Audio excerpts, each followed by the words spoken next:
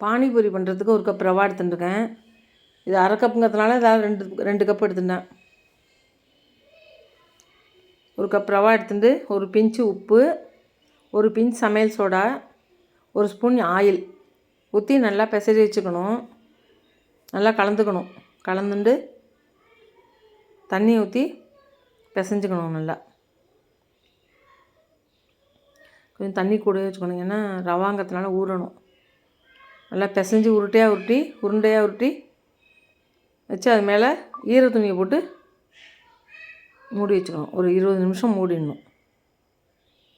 அப்போ தான் நல்லா ஊறி இருக்கும் ரவா. பேரிச்சம்பழம், புளி, கொஞ்சோண்டு வெல்லம், மூணையும் போட்டு மிக்சியில் பேஸ்ட்டாக நல்லா பேஸ்ட்டாக அரைச்சி வச்சுக்கணும்.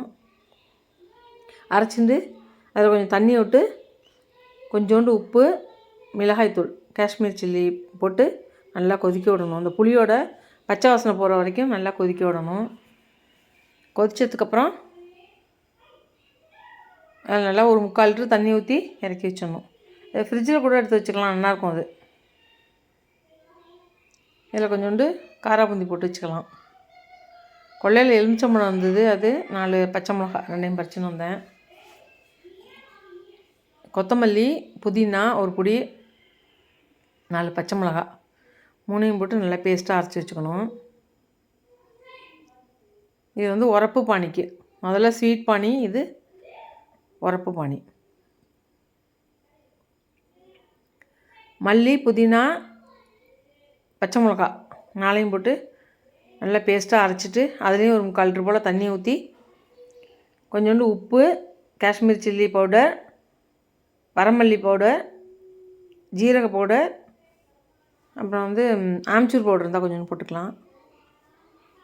ஒரு முடி எலுமிச்சம்பழம் புழிஞ்சு ஊற்றி உப்பு போட்டு, அப்புறம் வெங்காயத்தை பொடியை நைஸாக நறுக்கி, வெங்காயம், கொத்தமல்லி அப்படியே நைஸாக நறுக்கி போடணும். நான் கொஞ்சோண்டு பீஸாக நறுக்கி போட்டிருக்கேன் எலுமிச்சம்பழத்தை.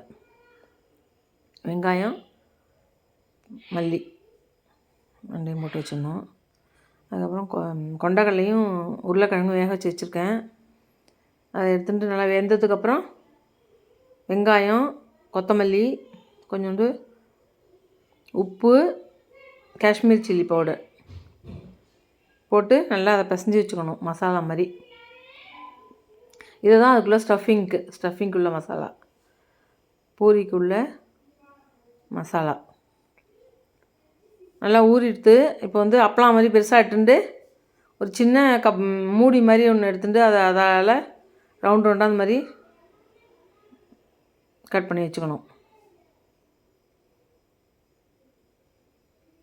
அதை எடுத்து அப்படியே எண்ணெயில் பொரிக்க வேண்டியதுதான். இந்த மாதிரி நல்லா உப்பி வர மாதிரி பொரிச்சுக்கணும். பொரிச்சுட்டு அதை எடுத்து உடச்சி மேலே லைட்டாக ஒரு ஹோல் போட்டுண்டு அதில் அந்த மசாலா வச்சு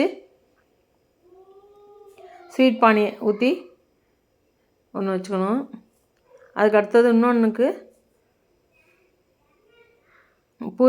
பூரி எடுத்து லைஸாக உடச்சிண்டு மசாலா வச்சு இந்த பானி உரப்பு பானியை ஊற்றி சாப்பிட வேண்டியதான். இதுதான் பானிபூரி. நல்லா டேஸ்ட்டாக இருந்தது. வீடியோ பிடிச்சிருந்தால் லைக் பண்ணுங்கள், ஷேர் பண்ணுங்கள், சப்ஸ்கிரைப் பண்ணுங்கள், கமெண்ட் பண்ணுங்கள். தேங்க்ஸ் ஃபார் வாட்சிங். தேங்க்யூ.